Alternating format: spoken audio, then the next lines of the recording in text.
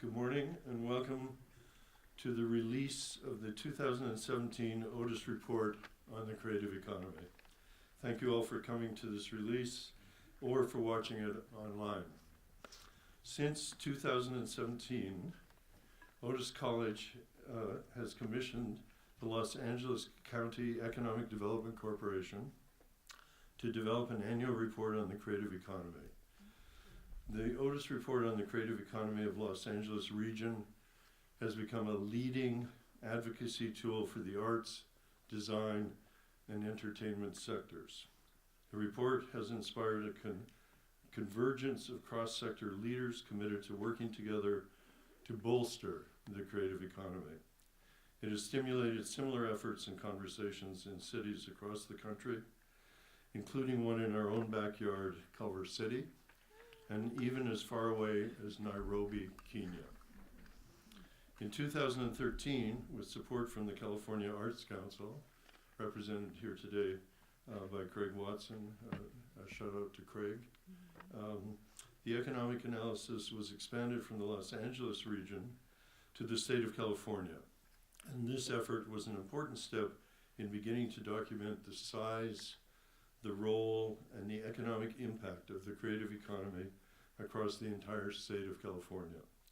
This year's 2017 Otis Report on the Creative Economy of California provides an even more powerful and persuasive evidence of the enormous and growing fiscal impact of the creative industries in California. First, I want to thank the organizations and individuals who supported the creation of this publication. Funding for the 2017 Otis Report on the Creative Economy was provided by the California Arts Council, Mattel, City National Bank, and the Department of Cultural Affairs, City of Los Angeles, and additional support was provided by DPR Construction, Arthur J. Gallagher and Company, Marsh Moss Adams, Sciencentrics, Sony Pictures, and Alan Zaffron. So thank you to all of our sponsors.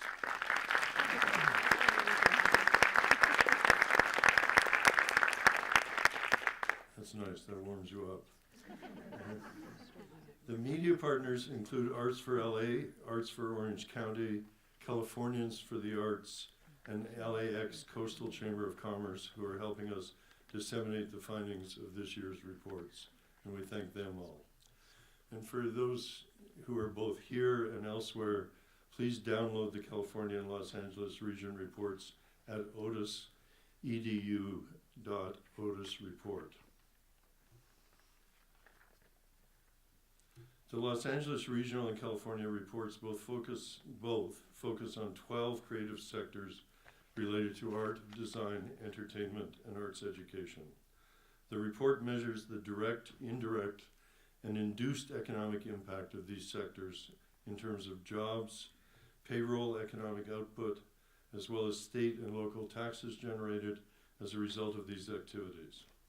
The research is comprehensive, covering for-profit firms, philanthropic, and other non-profit organizations, educational entities, and independent contractors, because of course many who work in the creative industries are self-employed freelancers.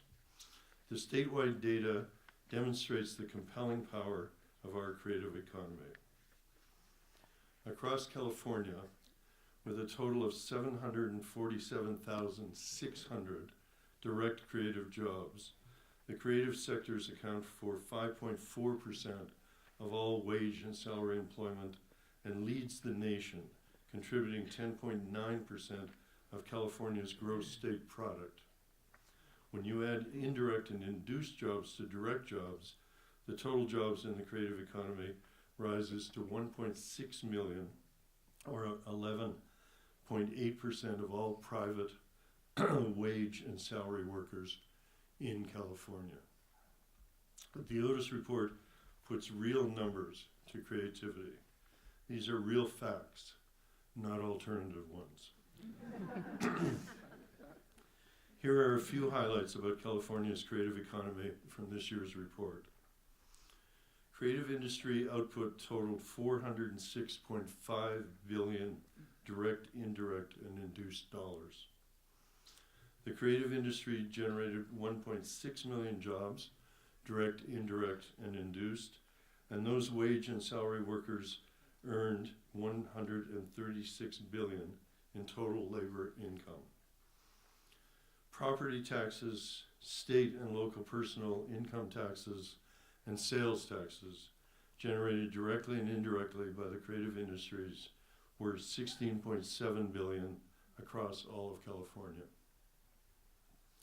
The largest direct jobs in California's creative sector were entertainment, not surprisingly, 171,500, publishing and printing, 154,200, and fashion, 119,800. Together, these three industries accounted for 60% of direct creative industry employment in California. Creative occupations often require high levels of education or skills training. Of the creative occupations identified for this report, close to 50% required a bachelor's degree or higher. So thanks for the generous support from the California Arts Council. This year we've included a special white paper. It's called Affordable Artist Housing, Retaining and Supporting California Artists and Creative Workers. It's prepared by ArtSpace, a nonprofit organization. And in it, they state every city, town, and business that relies on the output and impact of the creative economy and access to a healthy creative workforce should be concerned about the availability and affordability and appropriate space to incubate emerging talent and retain a competitive pool of creative workers. We hope the white paper will help spur conversations about how good housing policies and options can support the continuing growth of the creative economy. And since entertainment accounts for the highest number of jobs in the creative economy of California, it's fitting that this report is released at a theater of the Academy of Motion Picture Arts and Sciences, the membership organizations committed to excellence within its field. And it's even more fitting to be here this morning and to see the sculptures outside in the lobby, because they were actually made by George Maitland Stanley, who was an Otis College graduate in 1924, and he actually sculpted the Oscar statue in 1927, the miniature version of which is given away at the awards. I would like to thank Cheryl Boone Isaacs, the president of the Academy, for her support of this event. In a few moments she will say a few words, and then one of the authors of the report, Kimberly Martinez Ritter, an economist at the Institute for Applied Economics at the Los Angeles County Development Corporation, will comment on the report and introduce two stalwart members of the Academy to discuss it. Cheryl Boone Isaacs was re-elected for a fourth term as president of the Academy of Motion Picture Arts and Sciences on August 2nd, 2016 by the organization's Board of Governors. She has represented the Public Relations Branch as a governor for 24 years. She produced the Academy's 2012 Fourth Annual Governors Awards. Cheryl heads CBI Enterprises Inc., where she has consulted on marketing efforts on such films as The Call, The Artist, appropriately, The King's Speech, Precious, based on the novel Push by Sapphire, Spider-Man 2, and Tupac Resurrection. She previously served as president of the theatrical marketing for New Line Cinema, and prior to joining New Line in 1997, she was executive vice president of worldwide publicity for Paramount Pictures, where she orchestrated publicity campaigns for the Best Picture winners Forrest Gump and Braveheart. Cheryl is currently an adjunct professor at Chapman University's Dodge College of Film and Media Arts, and previously served as filmmaker in residence for the university. She was an adjunct professor at USC Cinema and Television School's Peter Stark Producing Program, Columbia College Chicago, and Mount St. Mary's College. She continues to guest lecture at USC, UCLA, Loyola Marymount, Bryn Mawr, Film Institute, and SoCA University of America. She has received numerous honors and awards throughout her career, and we are honored to have her here to support the release of this report and to say a few words. Cheryl.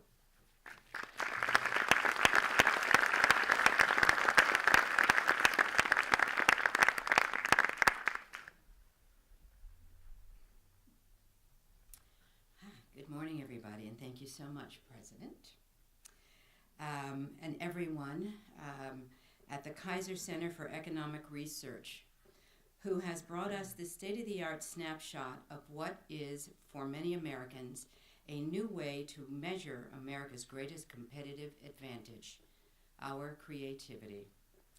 The Otis Report of the creative economy holds up a mirror to 12 supersectors where design, arts, communications, entertainment, publishing, performing arts, you name it. And it reminds us that art and creative imagination aren't just touching America's hearts, they're putting money in America's wallets and creating jobs in America's communities. There's so much here that will be eye-opening. These really are powerful findings, as just found out. Just think about it. 1.6 million jobs in California alone. $406.5 billion in creative industry output in this state, not just in Los Angeles, but touching rural California, jobs up and down the coast, and in all areas touched by the creative economy. And a powerful reminder that while Silicon Valley may get the headlines, acting, design, writing, producing, and all the downstream industries that transforms Los Angeles from a sleepy cow town into America's creative capital are still the engine of economic growth for the Golden State. Today, creativity remains California's foremost economic asset. But more than that, it's become our single greatest export. This is not a West Coast phenomenon alone. We lead the nation with almost 750,000 creative economy jobs, but that's only part of the story.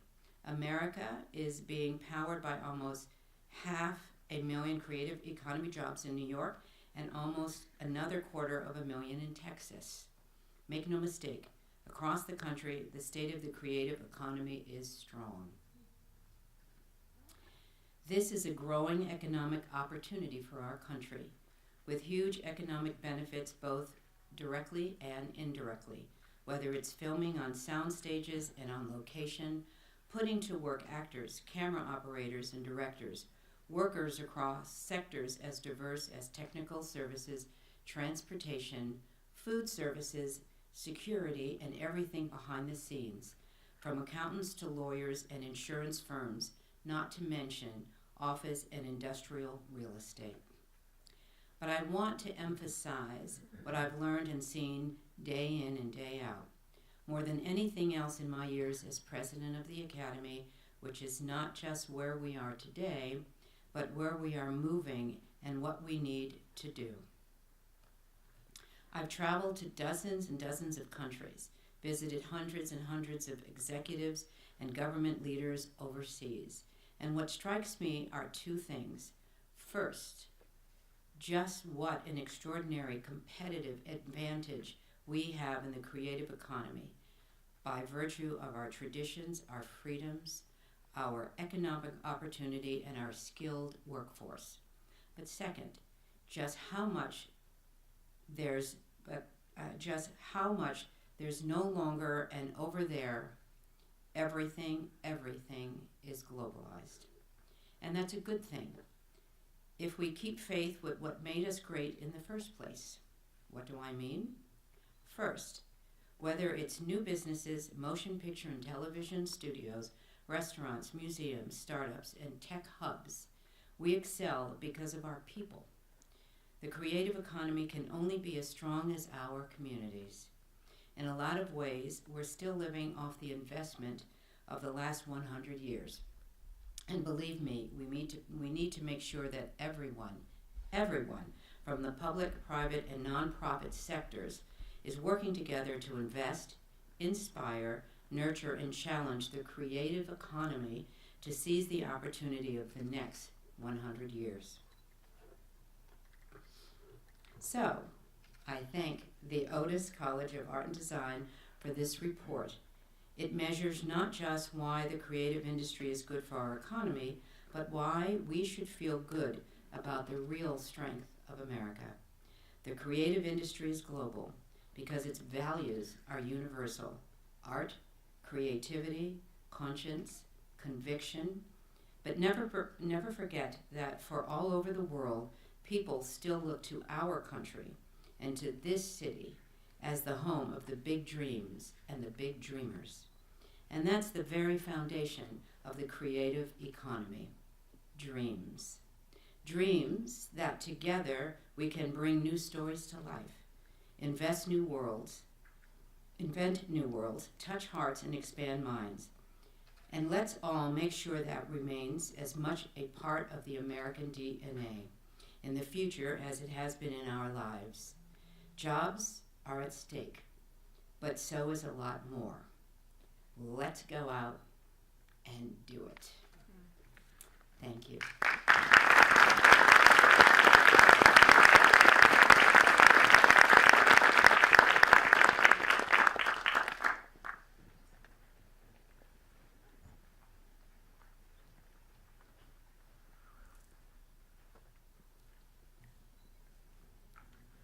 Good morning. It is a real pleasure to be here with you today to present the 2017 Otis Report on the creative economies of California and the Los Angeles region. I can't imagine a better place to celebrate creativity in LA than where we are right now.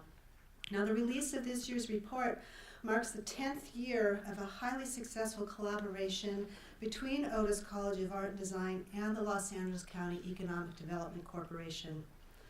Our research over the last decade has demonstrated the importance of creative activities to the health of our economy and the welfare of the people who live and work in the Los Angeles region. Other regions in the U.S. are now using this report as a model to study their own creative economies. And in a development that I was really excited to hear about, the Bureau of Economic Analysis, which is the federal agency that brings you GDP figures each month, has, in partnership with the National Endowment for the Arts, recently set up an arts and cultural satellite account within our national income accounts to draw special attention to the impact of arts and cultural activity on the U.S. economy. So what is the creative economy? There are three major components that we identify in our report. First, the creative economy is composed of the businesses and individuals involved in producing cultural, artistic, and design goods and services. The creative economy also includes organizations that provide a venue for artists to work and to share their work with the public, such as museums, art galleries, and theaters. And then finally, the creative economy includes the support system that teaches, nurtures, and sustains creative activity, such as arts programs in K-12 schools, post-secondary arts institutions to develop talent, and philanthropic foundations and other nonprofit organizations that provide financial resources, incentives, and services to the arts. Now, although I don't have time to delve too deeply into the numbers, I'd like to share some of the highlights from the Los Angeles Region Report. So in 2015, the creative economy directly employed over 429,000 people in the LA Orange County area.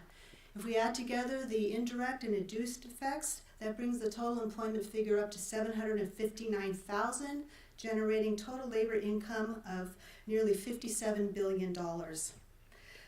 Creative output in Los Angeles region was $117.4 billion, which accounted for 14% of the region's gross product.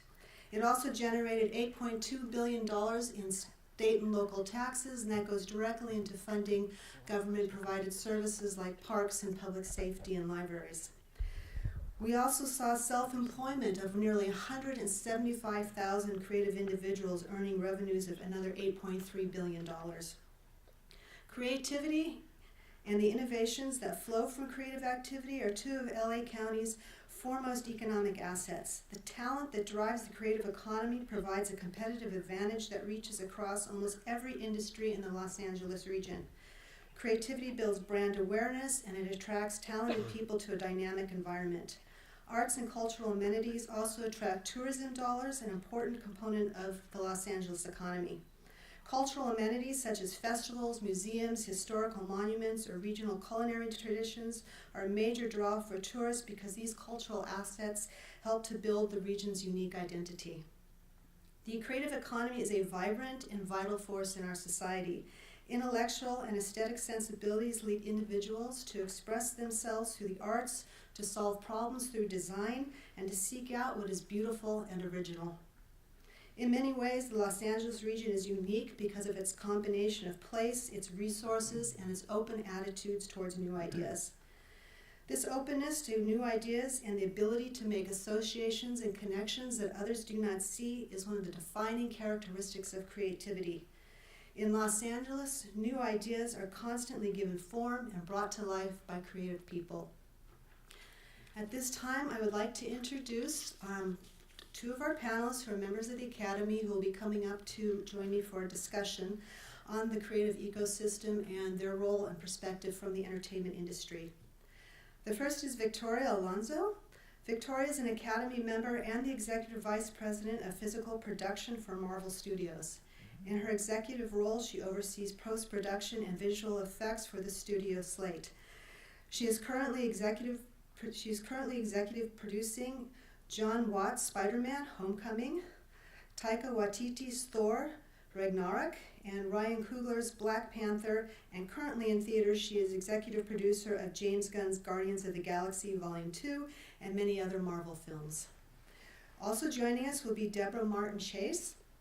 Deborah Martin-Chase is also an Academy member, Emmy-nominated and Peabody Award-winning television and motion picture producer who runs Martin-Chase Productions. She was also the first African-American female producer to have a deal at a major studio. She has produced 3 beloved multi-film franchises, including The Princess Diaries, The Sisterhood of the Traveling Pants, and The Cheetah Girls. The Princess Diaries and its hit sequel jointly grossed over $300 million in worldwide box office receipts and launched the movie career of actress Anne Hathaway. So now if Deborah and Victoria, you would join me on stage.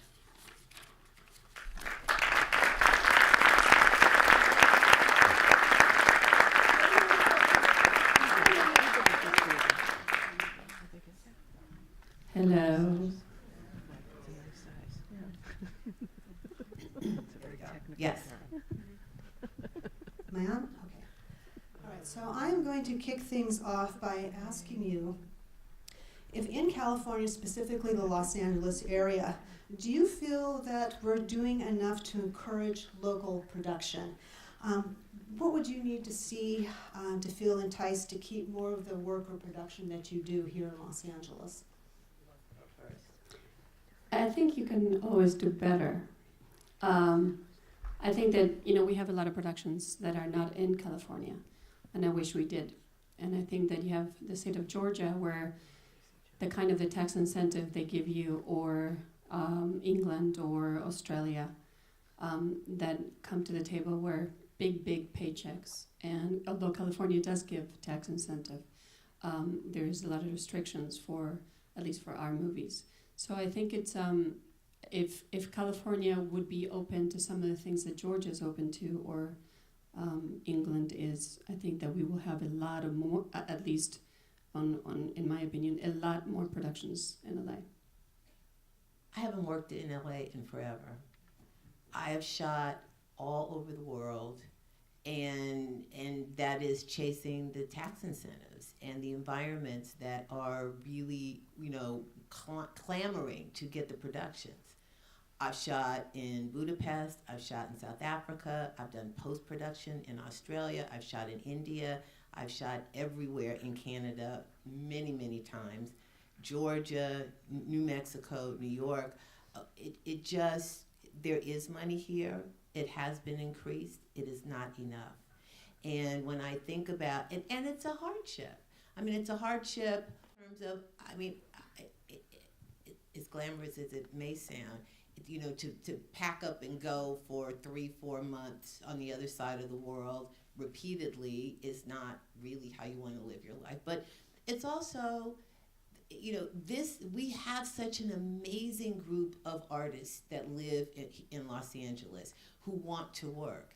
And you can't bring, on my budget, my Marvel budget, you can bring more, but I can't bring them with me. And so, and it's really frustrating because often I'm making do with local crew where I know where if I was in Los Angeles, I would have, amazing people to work with amazing experience. So, and it's not just, as you talk about the direct money that comes in, it's the trickle down. It's the cleaners, the restaurants, the hotels, everything that goes into mounting and continuing a production in a location. I think also, I don't know how much you know about movies, but most movies have anywhere between 100 to 500 people that work when you're shooting. And in our movies, we have anywhere between 1,500 to 5,000 people work in post-production across the world. It's a lot of humans, a lot of lives, it's a lot of money. So when you think about it, we do 3 movies a year. That's a lot of families that we touch. And one of the things that we were talking about yesterday, which has a huge impact, I think, in economy, but we don't think about it, is how having to go away from LA pretty much destroys families eventually. I think that you have most of our crews are on their second or third marriages, or they just gave up and they just don't commit anymore. Because it's hard. It's really hard. And sometimes, you start having jobs here and then you have to provide for those children. And then what do? Do I don't take the job, so we have to not live the way we live, or do I take the job and perhaps not have this family? So those are one of the things that I think consistently people don't think about. We talk about it a lot because it affects us, and it's really difficult to watch. But think about the amount of people that touch these films. And I do the bigger films, and then there's every other size that goes below it. And if those families could live here, I think is not just about the growth product, but also socially quality of life for a lot of people. We probably wouldn't have road rage, a little less road rage. Come on, it was a good job. Come on. Thank you very much. I'm here all morning. So I think there was this feeling for a long time, because California resisted doing a film tax credit, that the established infrastructure we had here in terms of the job skills of the crews would suffice to keep production here. But what I'm hearing from you is that it just simply isn't enough, even though the skilled workers are here. The tax incentives, the draw was too great. Yeah, no, 2 things. One, it's about the money. I mean, if you can get, it's all about dollars and putting dollars on screen. So if you can go to Georgia and get, 30% the tax credit there, more money to put on the screen, you're going there. I mean, really at this point when I'm mounting a production, it's a question of, what are the bare necessities that you need to tell the story in terms of the location, and then who has the best tax credit. And then it's never California. It's always, well, let's just look at California because it would be so nice to stay home. But it never measures up. What was part 2? The skilled workforce that's here. And the other thing is, we were talking about this the other day. Go shoot in New Mexico. So many people are from Los Angeles. Go shoot in Georgia. So many people have moved from Los Angeles because that's where the work is. And to Victoria's point, if you have a family, you get sick of leaving them behind. So you're like, look, let's just move the whole family to New Mexico and set up shop here. So it's damaging to the community, and we're not competitive. I mean, I think for so long, California and certainly Los Angeles took the business for granted. Obviously this is where the birthplace of film and television, we have the studios here, the creative decisions are made here. But the reality is when you're producing, you've got to get the biggest bang for your buck. You've got to go where the money is, and it's not here really. Unfortunately, we're always pressed for having too big a script for the amount of money you have in the budget. I mean, that happens. I don't care how much money you have. It happens every time. So you're chasing that story, and you want to leave it all on the screen.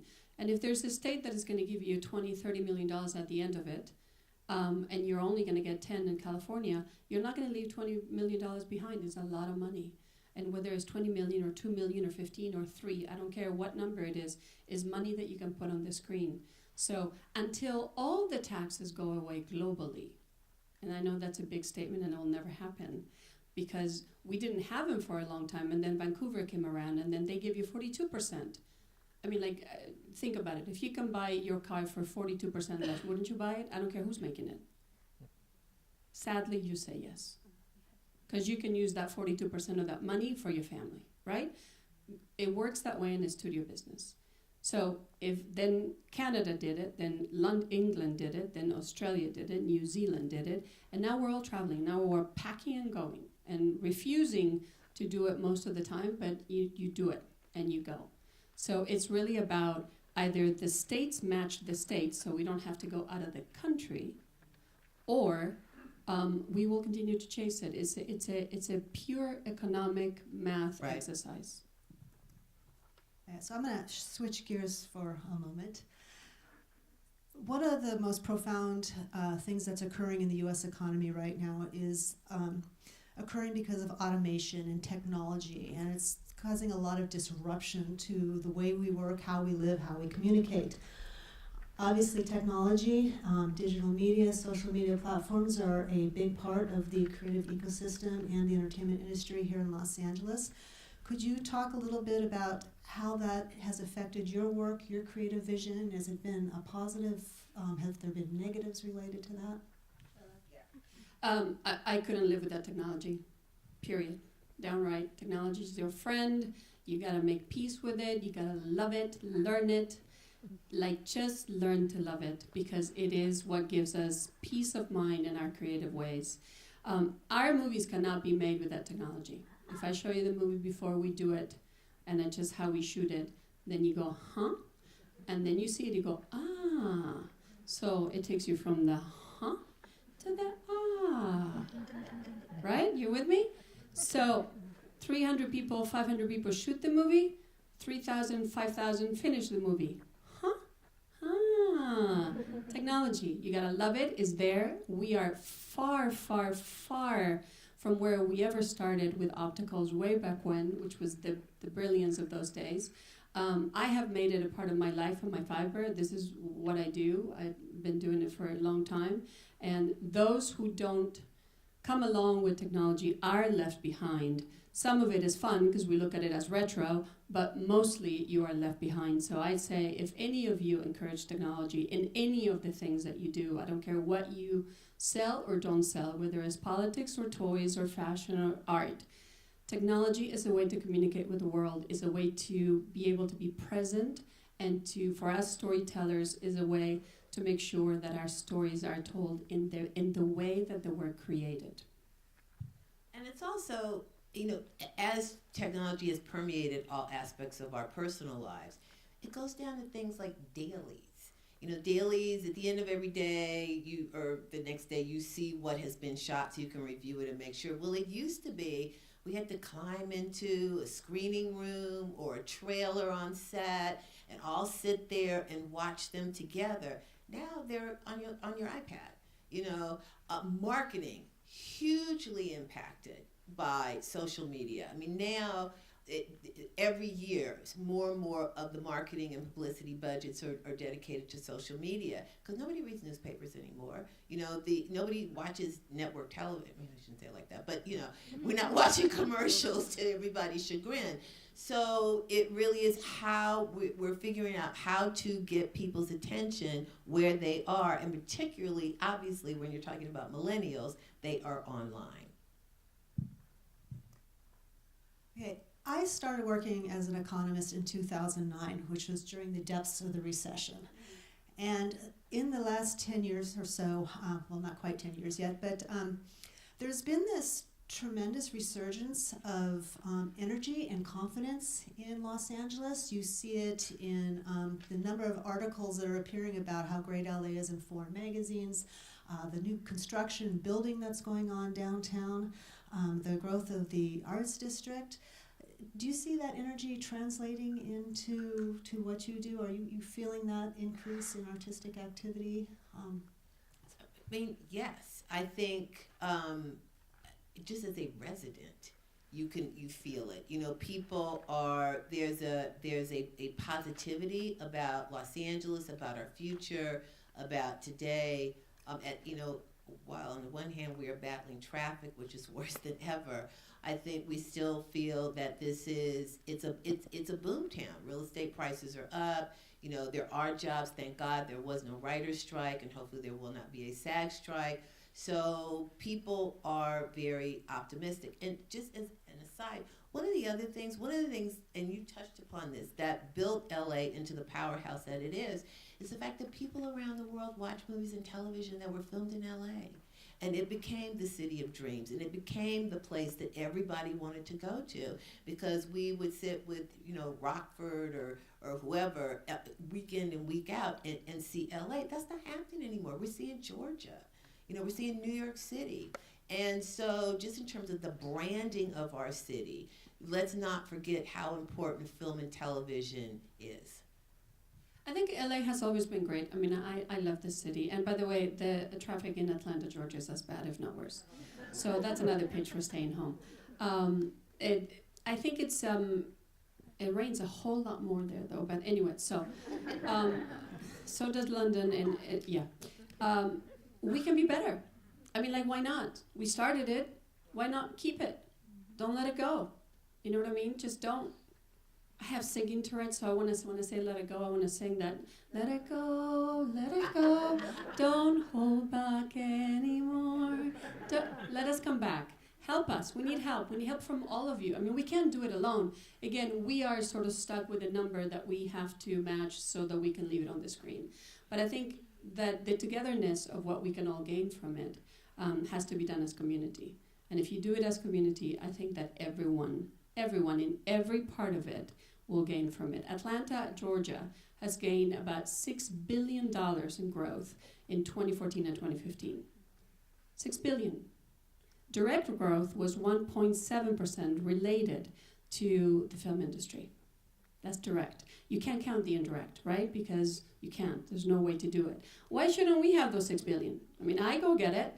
I mean, also Louisiana. You guys have Totally. done a lot of work in Louisiana. Well, we did New Mexico. We didn't do Louisiana. You haven't shot in Louisiana? No, ma'am. Okay, but a lot in New Mexico. Lots in New Mexico. We've been everywhere. So we now have some time to take some questions from the audience, if anyone would like.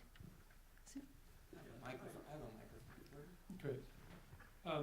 It's probably a little more complicated, but what is the political argument for why we are not getting the tax credits in California? Is it a situation that legislators in the North are not interested in this issue that benefits only Southern California?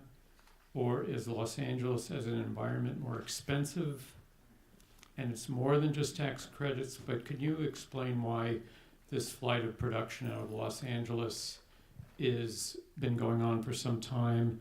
Because as you tell us about this forecast, I'm going to assume that when I read the report, what you're saying is that this is ongoing and this is not good for the creative economy in Southern California. But what is happening politically that's keeping this kind of on a plateau and not in a very healthy place? I can only tell you in broad terms. I know nothing about tax codes, politicians, or any of that. Film, I can talk about all day, but that I can't. But I look at it and I say, the amount of money we give the productions, that's why they call it the runaway productions, right, with this tax incentive. The amount of money that we give you does not really, at the end of the day, give us the amount of growth or increase in our budgets or whatever, however it is that the government of those states look at it. So there's not enough increase to justify. So if if they can actually look at the growth and say, well, this growth does justify. If I look at Atlanta, Georgia, or the state of Georgia in general, and say those $6 billion not only is growth in the film entertainment, but everything. We all get sick. We all have to eat. We all have to. We spend like $4 million in the last 9 months in hotels. I mean, that's just the hotel industry, right? So if the amount of money that they give away in 2015 or 16, I think they gave $925 million back to the productions. But they got 1.7 billion coming in from studios. If that number doesn't make sense to that particular state, the state will say no, thank you. So it's a state-by-state regulated way. And again, I know there's politicians, and I'm sure they can explain it 1,000 times better, but it's just it's a mathematical way of looking at it that does not justify the expenditure of that money if the state requires to spend it in any other way. We do have an advocate in Senator Bill Allen up in Sacramento, and the film tax credit's going to be up for renewal, I believe, next year. The LAEDC has done some research into the net benefits of California's film tax credit, and our numbers do show that there is a benefit to providing the credit in terms of employment, increased output, and those sorts of things. There's always resistance to tax credits, but I'm pretty sure that they're going to renew the credit, and we're hopefully going to see it expanded next year. Is it going to be competitive? That I don't know. Let's hope so. Let's make some noise. Let's do it. And a bigger pool of money, you know. Correct, because they cap it. Right, and just one thing, you know, I know in New Mexico, your point about north versus south, or, you know, kind of south versus the rest of the state. In New Mexico, the bulk of the production was in and around Albuquerque, you know, a little bit in Santa Fe. And so Governor Richardson had been very supportive of it. When the new governor came in, she canceled the tax credit because the rest of the state was really pissed off that they were spending this money, and it seemed that only one portion of the state was really primarily benefiting. And then they realized, oh my God, we put this big dent in our economy, and so they've ramped it back up. So that could be part of the... Yeah, and I think you have to keep in mind that California instituted its film tax credit. That was in the aftermath of the recession, and we were still going through a state budget crisis. So since California is doing probably the best in the nation right now in terms of economic growth, that does seem like there would leave room for expanding that tax credit. We'll have to see what happens. Yeah. Hi, my name's Tim Pershing. I'm a senior field representative with Assemblymember Bloom, who was a principal co-author on the original tax credit bill that we're now living under.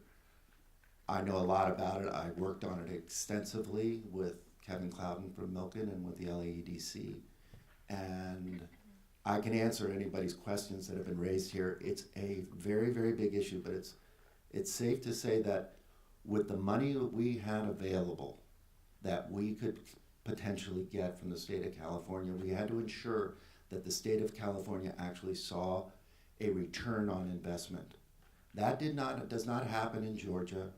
It doesn't happen in New York. They do not see a full return. It's an investment for that state because they don't have the existing industry. In our tax credit, which I can't go into the whole thing, but I'd be glad to talk with anybody about, it filled the studios, talked to the studios, but it filled it with episodic TV, which brings the most economic benefit for long-term production and long-term jobs to the state of California. It was designed to do that. If we, with the money that we had, really put a full amount into large feature films like Marvel, I have very good friends who work on them. I was a key grip for 25 years, just to let you know. And I remember when productions were running away to Canada because of the difference in the currency rates. That's when it all started. So this issue of making the return work, if we brought in a Marvel picture, it would take up most of the money we have for the rest of the industry. Already we tap out immediately with the $350 million that we give. But we get solid return. Now, when we go to change this and work on it and improve it, We have data that shows our return. I'm sure it's reflected in the Otis report that shows the rate of return and how beneficial this has been. So there might be the opportunity to do more. But we will certainly be working on that as that goes forward. But it's a very, very important component to the creative economy, and we have to look at it seriously. And not just in Los Angeles, statewide. Okay, thank you.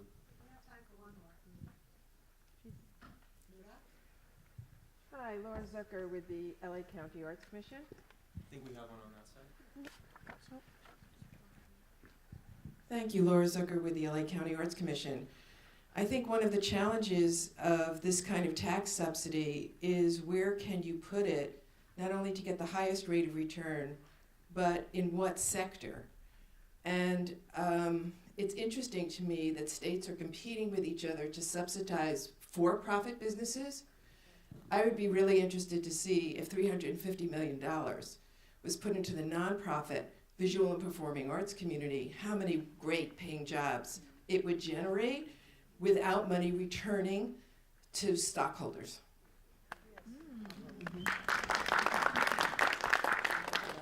I'll hire them. I got jobs. Yeah, sure, we're here. Let's do it. Hello, good morning. I work with the City of Los Angeles Mayor's Film Office. I would like to let you know that we are part of the incentive program with the state. I don't know if anybody realizes that we have a program for you, Marvel. I'm in talks with Marvel right now in that we bring in productions that... Talk about that. Okay, I won't do that. We bring in productions, and if you don't qualify for the state program, we actually lower our fees for you to bring you back. We have met up with multiple producers and directors out there who we compared the budget of what it would cost you to go to different states and countries and found out that it's actually costing you about 10 to 15% more. And so we have been able to bring back that price for you. I don't know if you realize that the City of LA has the lowest fees worldwide. You can actually film in all our properties, 2,200 of them, for absolutely free. You do not spend a penny. We can sit down with your production with Film LA. We can work with you to see what is your affordability and bring you back. But we brought back the business from 56% to 88%. Unfortunately, we're still out there and not everybody knows about what we have. So I'd like to invite you to have a discussion, and anybody who's interested, I'll hang around later and I can give you the information and we can network. Can you give us your business card? Absolutely, and my name is Eva. I mean, we should all have lunch, don't you think? Let's do it. My name is Eva Bitar, and everybody, if you want, my phone number is 213-344-8498. That is my cell phone. Somebody tweet it, please. Listen, I think it's really important that whoever is doing, I mean, I think this is important for everyone to know, and I 100% support the nonprofit, by the way. Not just because I work for profit, but because I think nonprofit is what actually fills the dreamers, which is what Cheryl was saying, and to title into that. Without the dreamers, I wouldn't be here. I don't think Deborah will be here.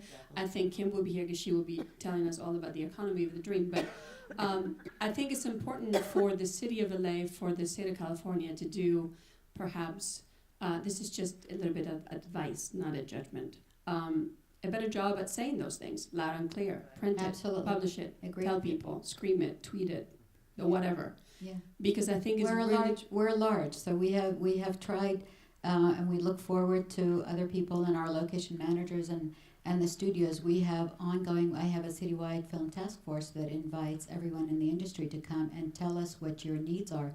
We've changed our ordinances to match yours. You told us you didn't want the lottery system. We took out the lottery system. We changed all sorts of you're going to get us in so much trouble. I would like but to it's true, bring the lottery you back. system That's doesn't all work. I'd like to do. I think that if people are there and they want to do it, there's nothing that we would want more than to shoot in California. I mean, that's a commitment. I'm a huge voice about that. We, out of the 16 movies, or we have 20 right now, that we have done, 4 have been done here. It was the inception of our company as Marvel Studios. So we are committed to shooting here if we can. Love to have a conversation. Thank Can you. I know we need to go. I just want to go back to the nonprofit as well. 'Cause, I'm on the board of a number of nonprofits. I believe in nonprofits. I believe in, in the arts. And obviously at this time in our country, the nonprofits in particular are facing huge challenges. So it really is about figuring out other means to support all of us. We're all important. We do have to wrap things up now. I noticed there were a few more hands up. So Deborah and Victoria, will you be around to maybe take some more questions afterwards? Yeah, I mean, listen, if you want to do, I'd rather do it and say it to you all as opposed to one in particular. It's because we're here. Do it. I see you. You want to talk right there. Go for it. Hi, my name is Scott Harrison from Los Angeles Chamber Orchestra. And our musicians, like a lot of artists, actually work across the nonprofit, for-profit divide because they're playing in the orchestra and they're playing in the studios. And I think that's an important point about LA is the number of artists and craftsmen and folks who sort of go back and forth and strengthen both industries. But I know our musicians with their leadership up the street at Musicians Local 47, they're lobbying Sacramento for tax credits for soundtrack production to move back to LA because a lot of that has moved to not other parts of the country, but to Eastern Europe in particular. And I'm just curious about this whole ecosystem because it kind of goes back to the point that you made about the 5,000 behind the scenes. I imagine there are no shortage of areas or sectors in which we can be encouraging elements of entertainment and arts production to move back to Los Angeles. So I'm just curious how maybe these different sectors or segments or channels of the industry are working together to move as much as possible back to California. Well, I think it's for music, it's a union issue, it's a residual issue, it's a again, it goes back to the bottom line of the money. If you score in another country, you don't pay residuals. You score here, you pay residuals. Some studios do score here, some studios don't score here. We have done it both ways. It would be great to have all the talent here and not have to go and do it with the London Philharmonic. Not to say that that's a disgrace by any means. It's a beautiful moment, but I would love to be in LA like we just did with Spider-Man: Homecoming, which was a pleasure and an honor. So it's again, it's part of what you're talking about in visual effects, for example, which is for us is some of our largest budgets within the budget. We go all over the world because you also chase the tax credits. Sometimes you don't have to shoot in certain places. You can go and spend those $5 million in visual effects, and there's a tax incentive that, regardless of where you shot in the world, they give you 20%. Right. I just did that movie. I had an Australian director, and even though we didn't shoot the movie in Australia, we went there for post because we qualified for the tax incentive because of her. I mean, it really is about the dollars, and sadly, and that's what I'm saying, I would love to work with your artists, some of the best artists in the world.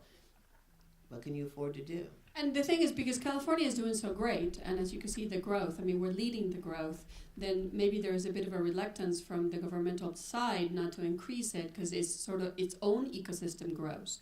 I'd say if you can make it bigger and grow it and keep it all in-house, why not?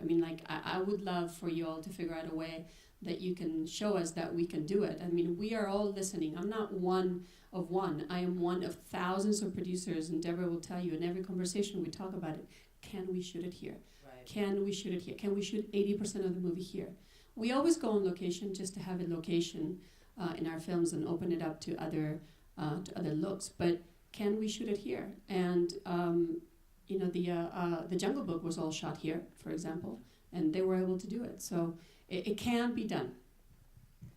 And I'll just add, one of the things we study from an economic development standpoint is clustering effects of industries. So why is technology so strong in San Francisco, the Bay Area? Biotechnology in San Diego, entertainment, creativity here in LA.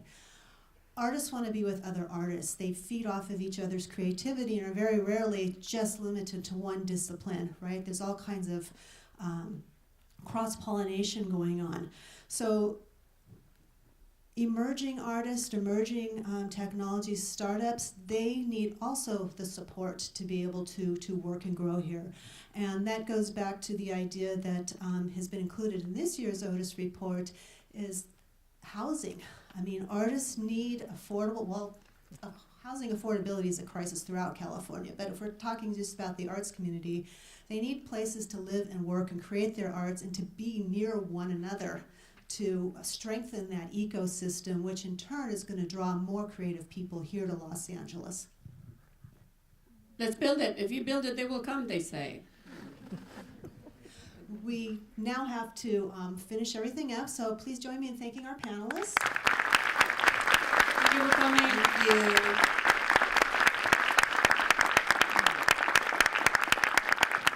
And there is a reception out in the lobby if we all want to continue with our discussions. So thank you.